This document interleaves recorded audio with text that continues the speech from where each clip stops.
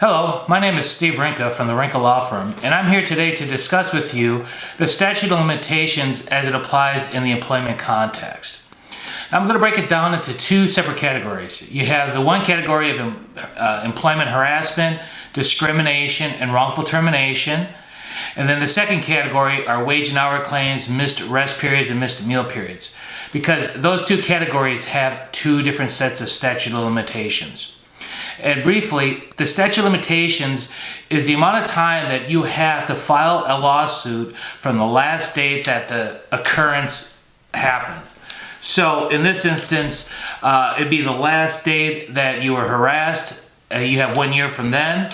The last date you're discriminated, you'd have 1 year from that date, or 1 year from the date that you were wrongfully terminated. Now, one thing with employment cases, in particular with harassment, discrimination, and wrongful termination, is that it's not 1 year from the date, let's say, that you're terminated to filing a lawsuit. No, before you file a lawsuit, you have to obtain a right to sue letter from the California Department of Fair Employment and Housing. And I discussed that particular issue in a prior video. So you have 1 year from the date of the last occurrence, again, let's say your termination, to file a claim with the California Department of Fair Employment and Housing. And then from there, you can either obtain a right to sue letter immediately upon filing the claim, or you could have them conduct an investigation.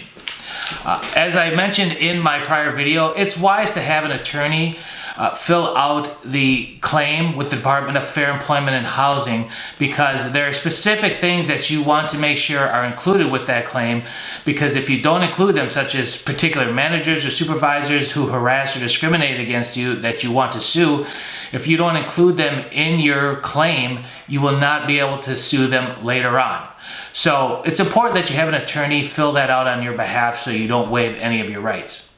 Now, once you obtain your right to sue letter from the California Department of Fair Employment and Housing, you have 1 year from that date then to file your lawsuit. So you could say that you have 2 years from the date of the occurrence of your termination to file your lawsuit, but it's broken up into two 1 year increments. So in essence, you only have 1 year.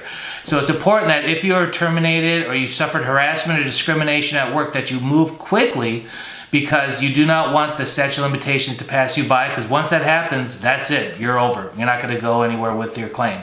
The court will dismiss your case if any attorney even is willing to take that case on. So it's important that you move quickly.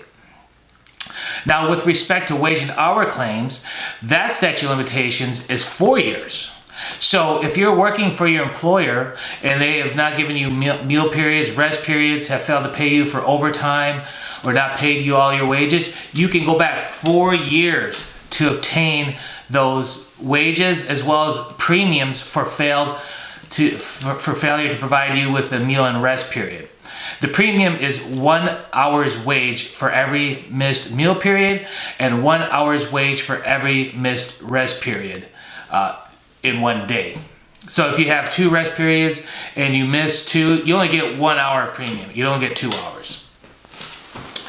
Anyway, so you have a much larger statute of limitations period when it comes to wage and hour claims, allowing you to recover more unpaid wages as well as premium payments. But now if you are, let's say you left your employer 2 years and you want to go back and sue them, well, you're only going to be able to go back 2 years.